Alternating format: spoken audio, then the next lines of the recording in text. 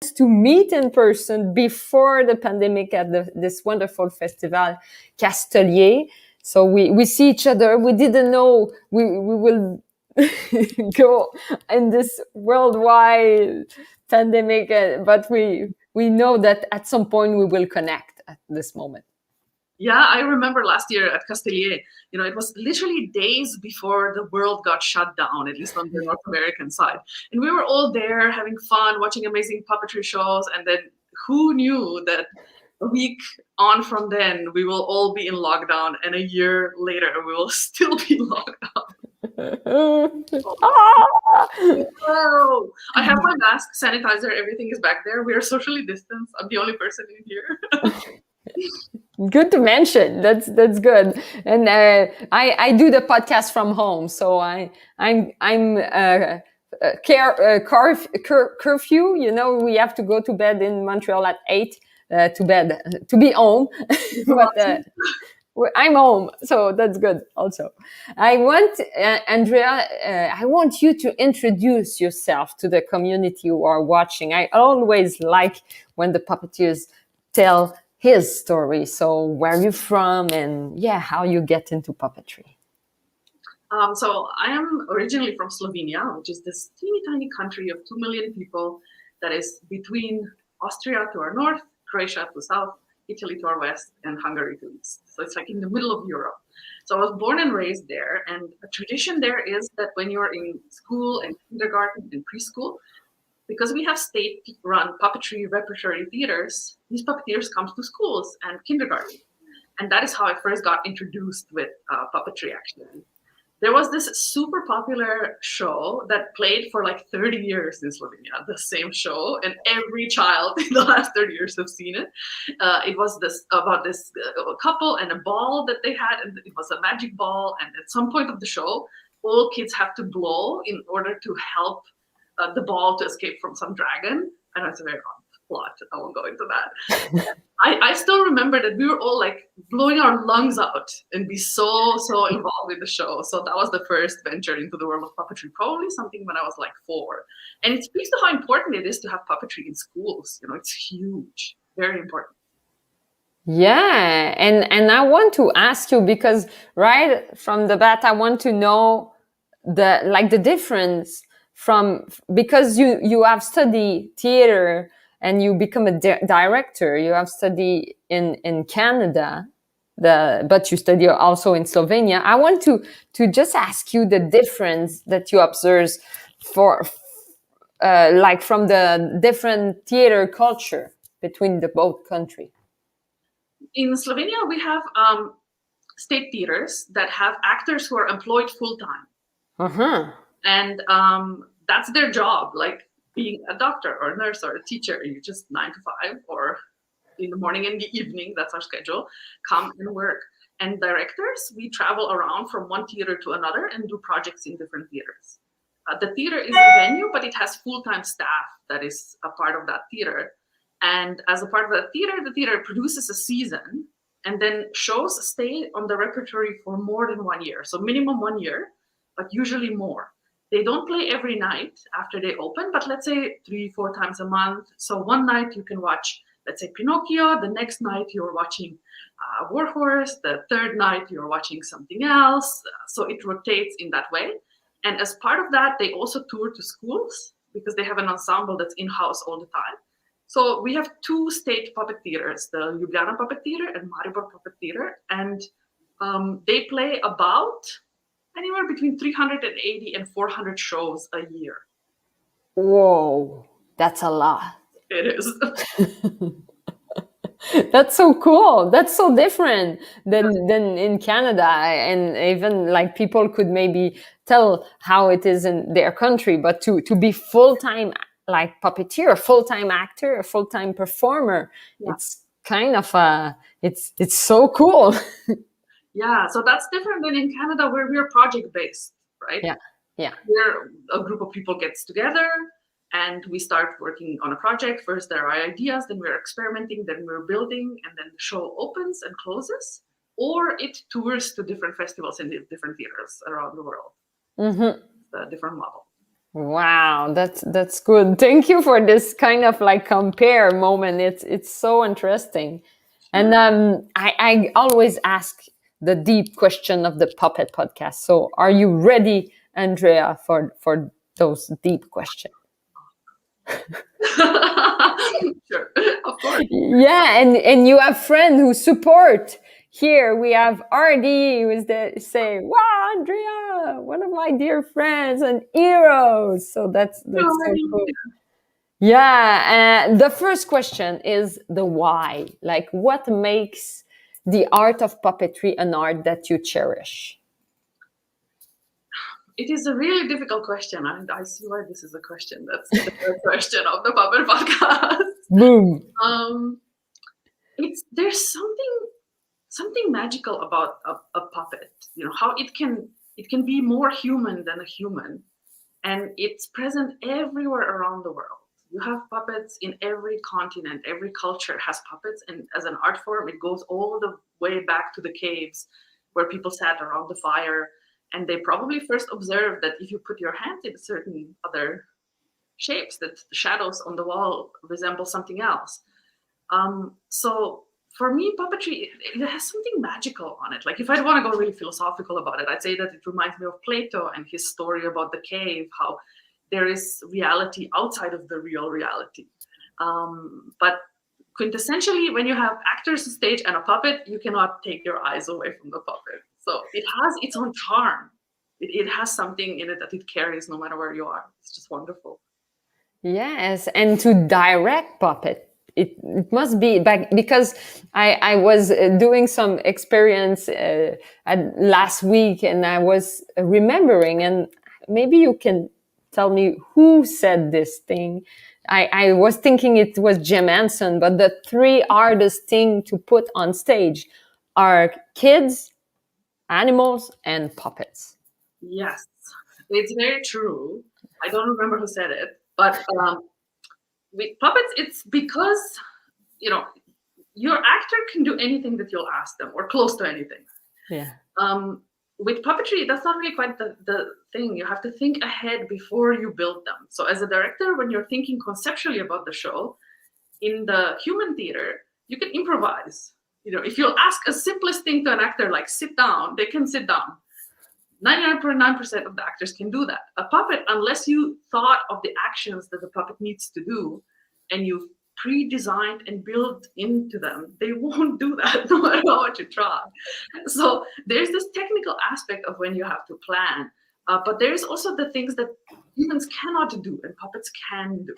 You know, they can fly, they can go underwater, they can fall into pieces, they can do all these wonderful things that are beyond imaginations where you can take them. And I think that opens up possibilities when you're directing a show of building different type of universe. It's you have to think almost like a visual artist, or like composing an abstract image and feel that you want to get ahead, rather than just, you know, what's the move now and what's the move now. If you have really good smart puppeteers, they will take care of that. It's more, what are you building in the idea part of the show behind that? That's important, and that's what you kind of have to have first, so that you can think about the building parts and then bring back with the puppeteers. Wow, that's so well said. That's great. That's true. You have to be in front of the creation, like as a director, also to predict. And when you build the thing, it's have to do what you have in mind. Yeah. That's good. And you have other friends who are watching. So we have Nicola. Hi, Nicola, who said that you are our greatest mentor. So it's so great. Oh, yeah. So cool. And let me bring another one as we have Andrea. I can't wait to see your next production of puppet theater. Whoa, he is so great. So that's cool, eh? They are with us. They comment this So cool.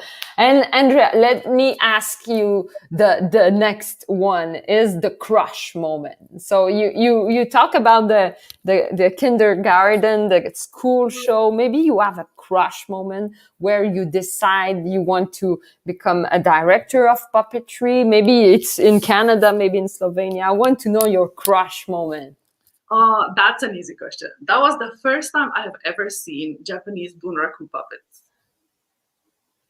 I was just mesmerized. I was just like, oh my God, what is this? It was sometimes in the middle of my training as a director, because we don't have specific training for puppetry directors and theater directors. It's all theater directing, and not every theater director can or knows what to do with puppets. Sometimes a lot of theater directors will just treat them like humans. And it's like, a puppet is not a mini human. It's a different universe, different dramaturgy.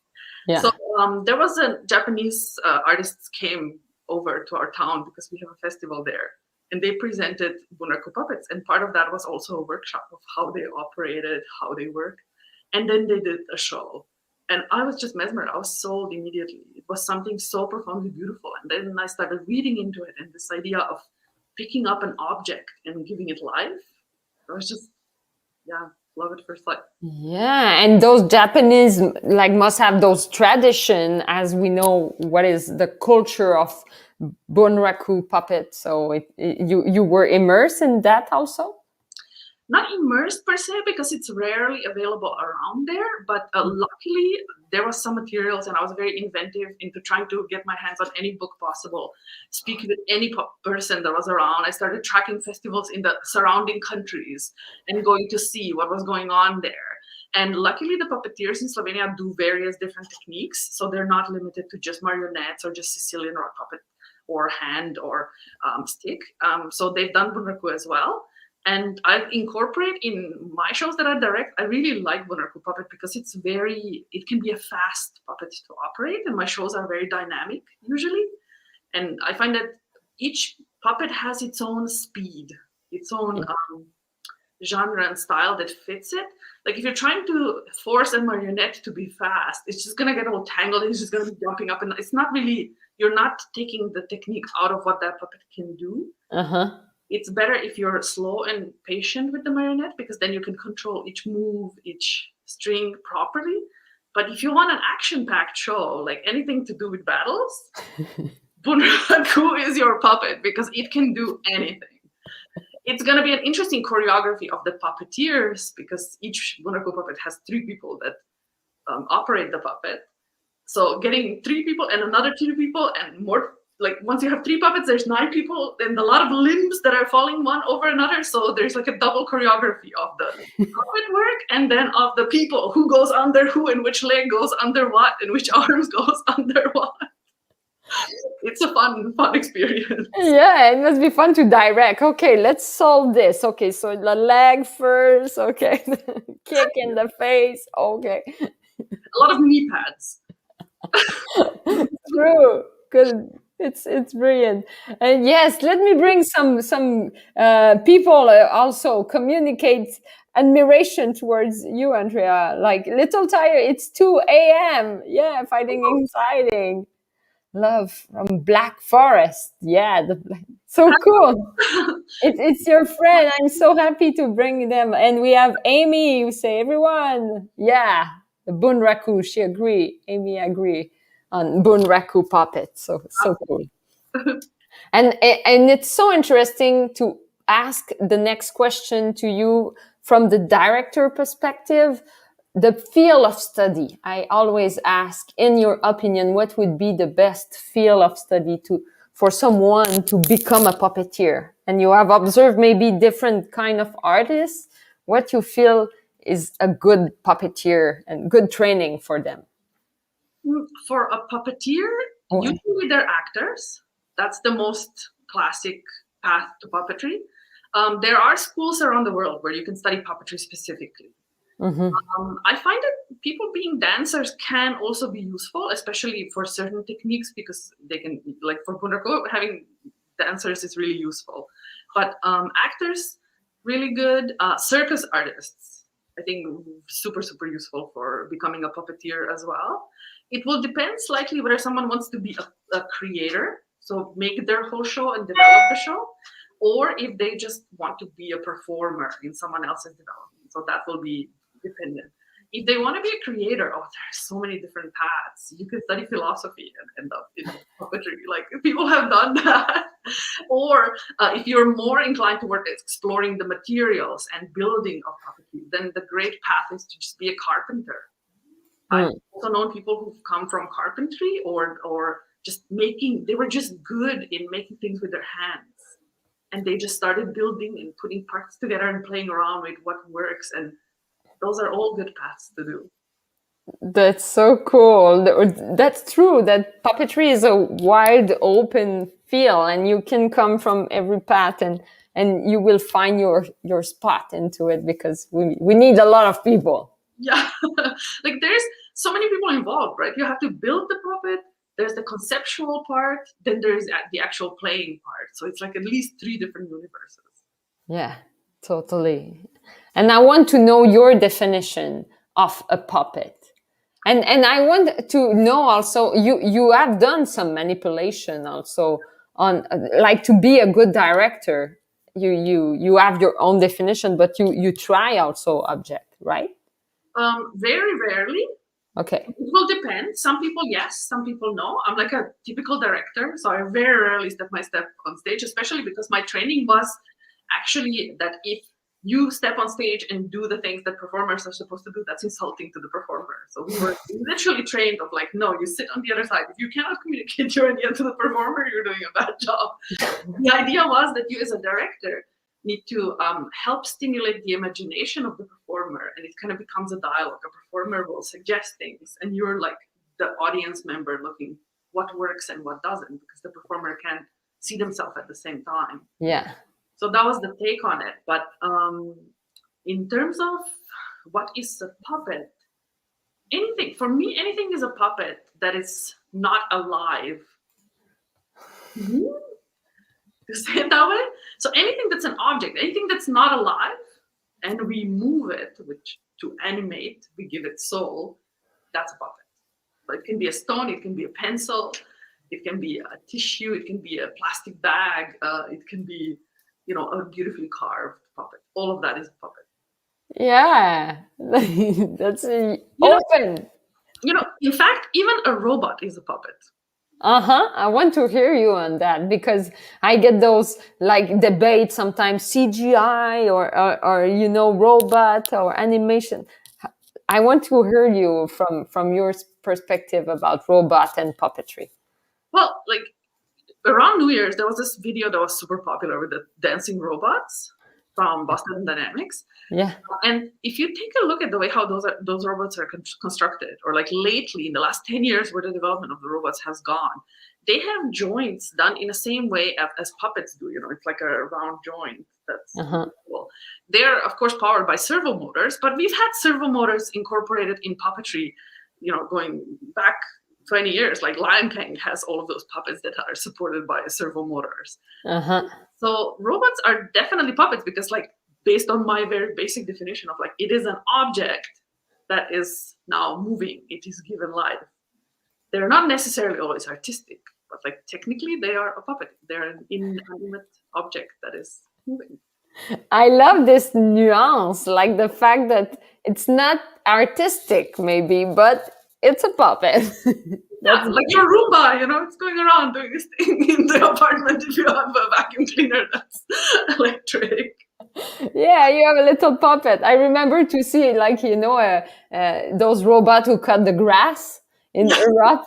And I was like, this is a puppet? And I want to talk with them and just make a show with those robots cutting the grass. That would be actually quite funny. Can you imagine like 5 of them, and then someone does a voiceover and they have a whole meeting? Yeah, and I'm going over there. Oh no, I take this part. No, it's my turn. Like, and they fight a bit. Yeah, maybe in the future we will have show all over.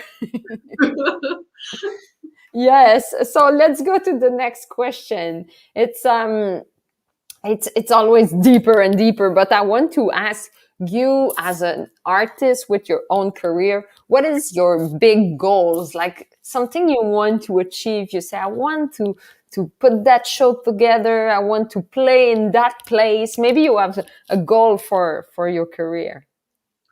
Um, well, we run a puppet festival in Mississauga that we just launched last year. So one of the goals for me would be to bring some of the top world puppeteers to Mississauga and showcase them here. Like I would love to have Duda Paiva come to Canada and come to Mississauga and perform. I think that would be just fabulous. I would love to bring Bunraku puppetry, and I would also love to bring all the amazing Canadian puppeteers that we have coast to coast to come and join us at the festival as well, and to just make more people know about puppetry. Like I now that we are a fresh festival in a city where not many people, like even when we say the word theater, we sometimes have to explain what that is because they might think movie theater. Uh-huh. We go theater, like people on stage, and when we go puppetry, at first it doesn't click at all. But after we start describing for like 5-10 seconds, no matter where in the world the person is from, they just say the word for puppetry in their language, like in Slovene, it's lutka. And they go, lutka, yeah. And they just start to describe something that they've seen in their life. And I think it's so wonderful to just bring people to that memory in their life and in their childhood and keep it as they're grown-ups. So what my goal in life would be to have more people enjoy puppetry and to have people who think that puppetry is only for children realize that it's actually very much for adults as well. And then there are phenomenal artists who do shows with puppets for adults. Yes, and I agree so much with you. It's so true that it's funny. It's like converting someone. You just bring his understanding, like you remember that moment, and they just connect with the childhood, or they, oh yeah, this was like so bright and shiny and light as a moment of their life. And that's true that people don't realize that they are surrounded with puppet when they are kids or even adult or in film, and when you make this connection, it's like they are in love forever with the art form. Oh my God. How did you fall in love with puppetry? It was a moment of when I saw children manipulating puppet. For me, I think it created this moment of like, remember me manipulating object also, but to see kids doing it, I kind of like connect the dots. And it was the song, they were manipulating a giant puppet on Wonderful World of Louis Armstrong. Mm-hmm. And for me, I get this crush of like peace on earth is possible on this song and those kids. And it was just like, wow, big giant puppet dancing together. It was a wow.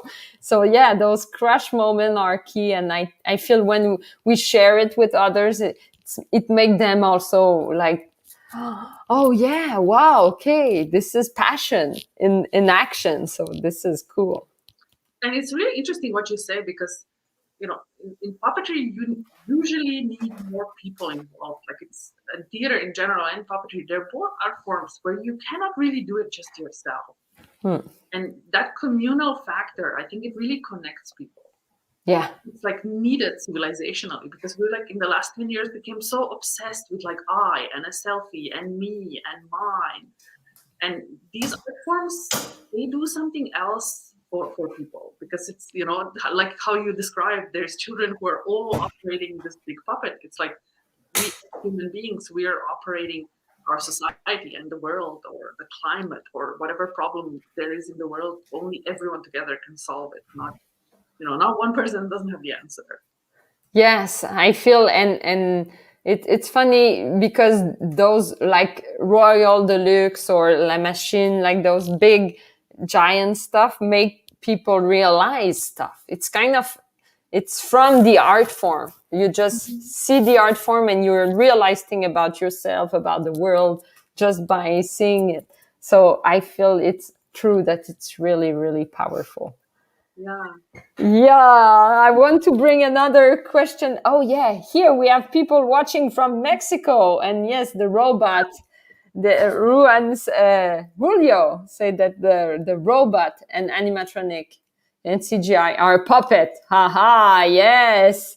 So we have an agreement here. It's funny because I get the opposite sometimes in some interview. People say they are not puppet, but you as a director, I feel you can unite the viewpoint and really like, okay, how we can work as a team. This is the duty of a great director in the production.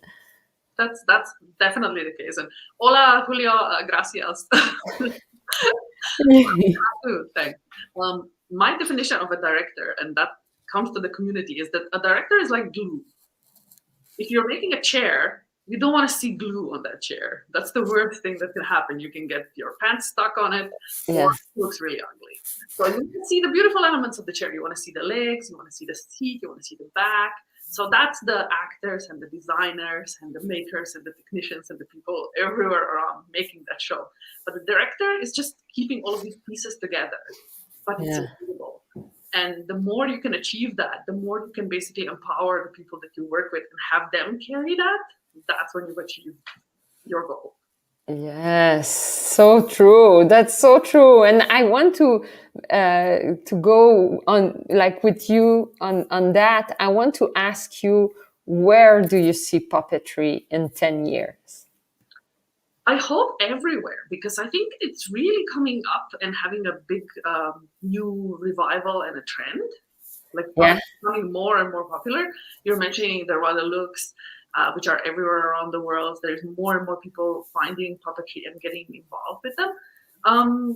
I see them in the form of robots in pretty much everyone's home, but also as something that we will just continue to participate more, because the more our world gets filled with machines, the more the puppet is right there for us. Like we will be forced to create a relationship with it. The more humanoid they become, the more that will be key. We won't be able to escape them in that sense. And we will be creating them and interacting with them, and they're just going to become a part of our world. And I know for some people that sounds very scary, but in the end, every tool was created by humans. So we've invented the hammer, and hammer is used for beautiful things. We build shelters and we build many things with it, but we can also kill with it.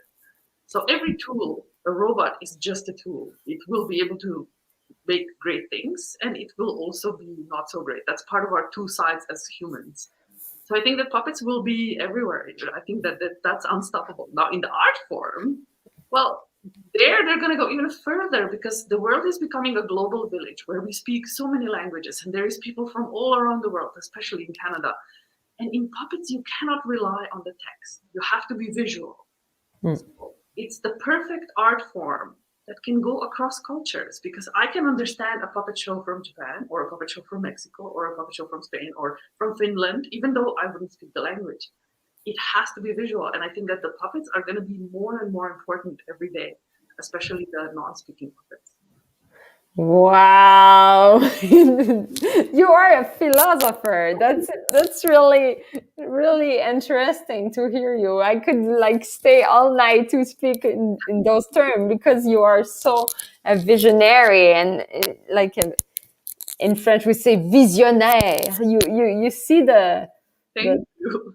It's a positive future. I love it. I love that you see it in bright and shiny, and yes, we will take advantage of it, and we will use puppet, and it's a relation that we build with those.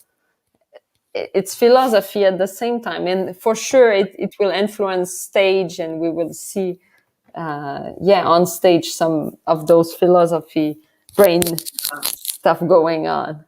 Because it's so funny how when the first Aibo dog, which was a robotic dog in Japan, came out in 1970 something, everybody was like, oh my God, now pets are gonna die out. Nobody's gonna have pets anymore. It's like, that's of course not happening. People have pets more than ever, because it's not a replacement for humans, and it will never be a replacement. But there is something that makes us as humans, since the dawn of humanity, we're fascinated by things and how do they work.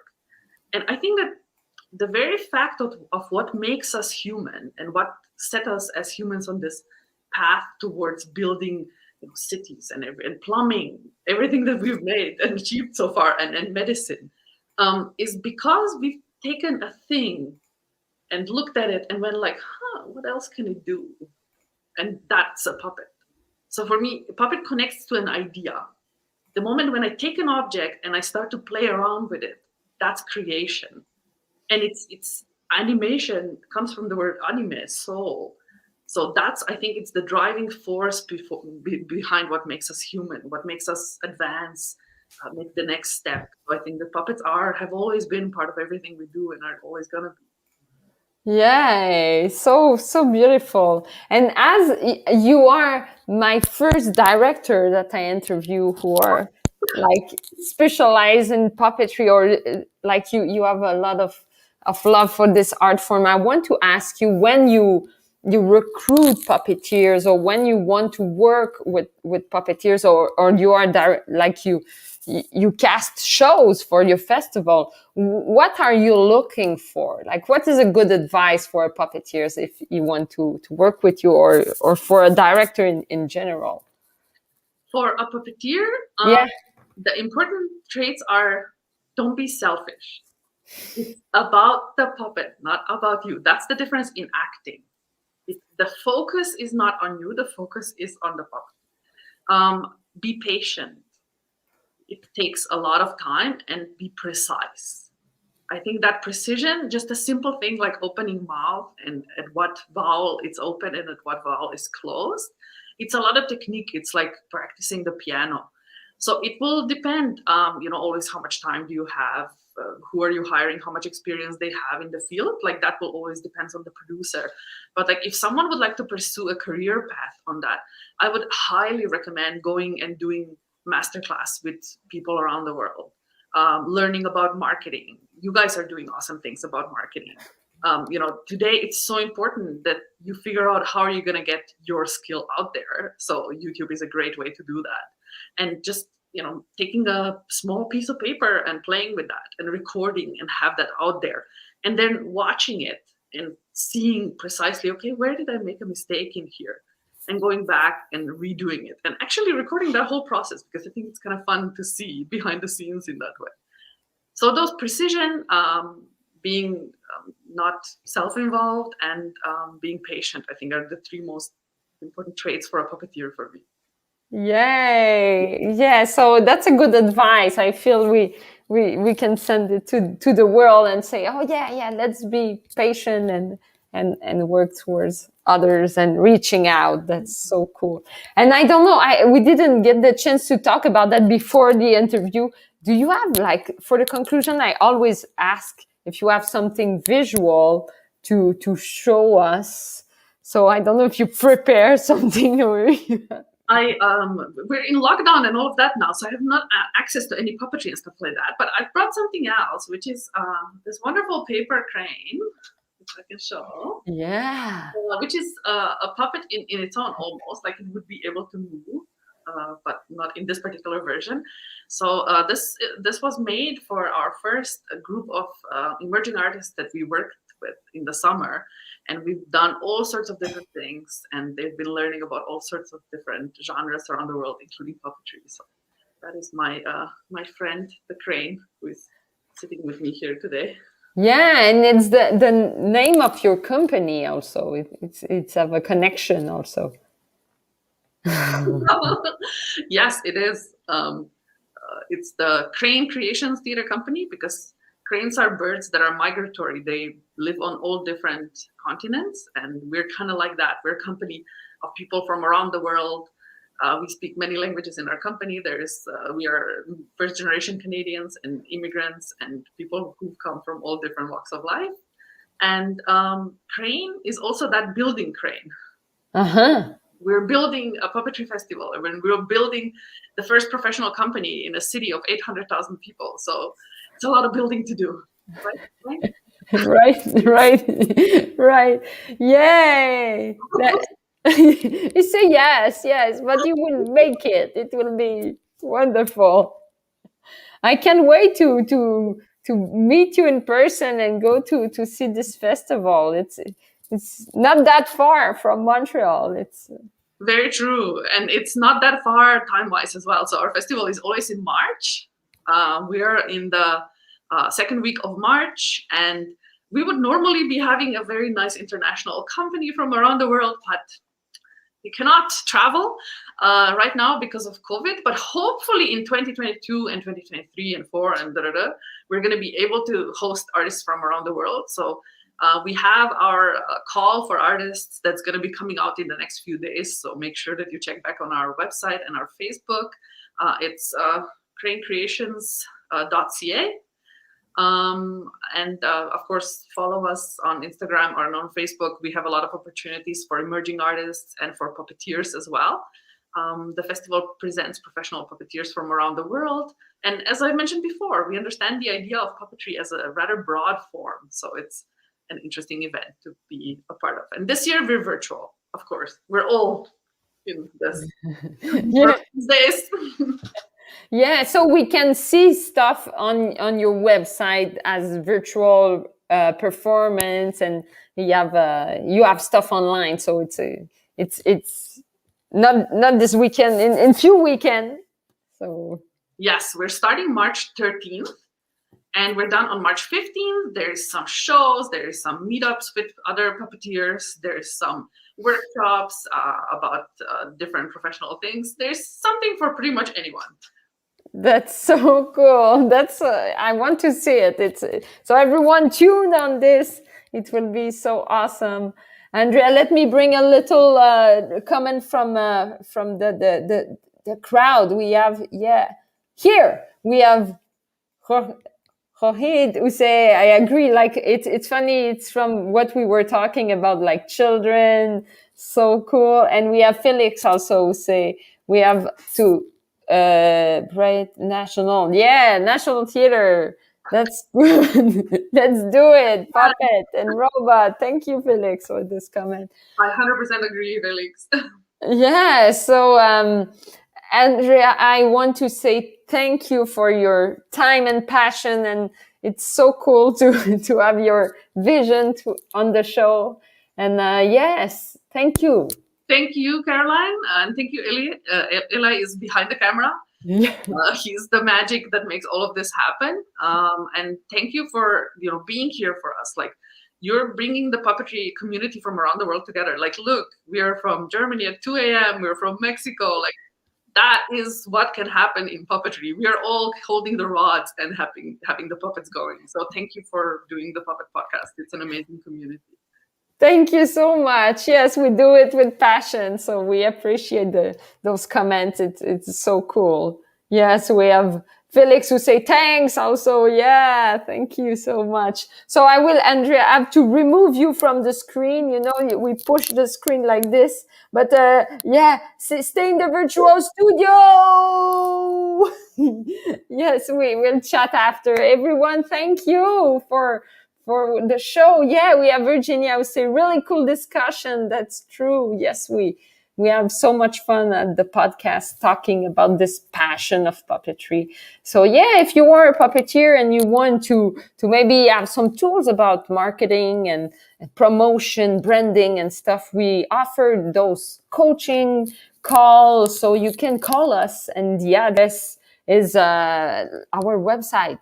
It's Puppet Podcast /call. So you can call me and Eli, and we will meet you and see if you need help or just to talk a little. And sometimes we find bright idea to help you with your art and your promotion online, as it's part of the challenge of now. And just take it positively and learn about it. And that's our philosophy also. So yeah, thank you so much, everyone. We have Casper, everyone, inspiring, so cool to have you all. And yes, let's be all together in this time. So I will wish you a wonderful evening, afternoon, morning, depends where you are. 2 a.m. at some place, but I will wish you a wonderful day. Stay safe and stay tuned. We have other episodes next week for the Puppet Podcast. Bye-bye.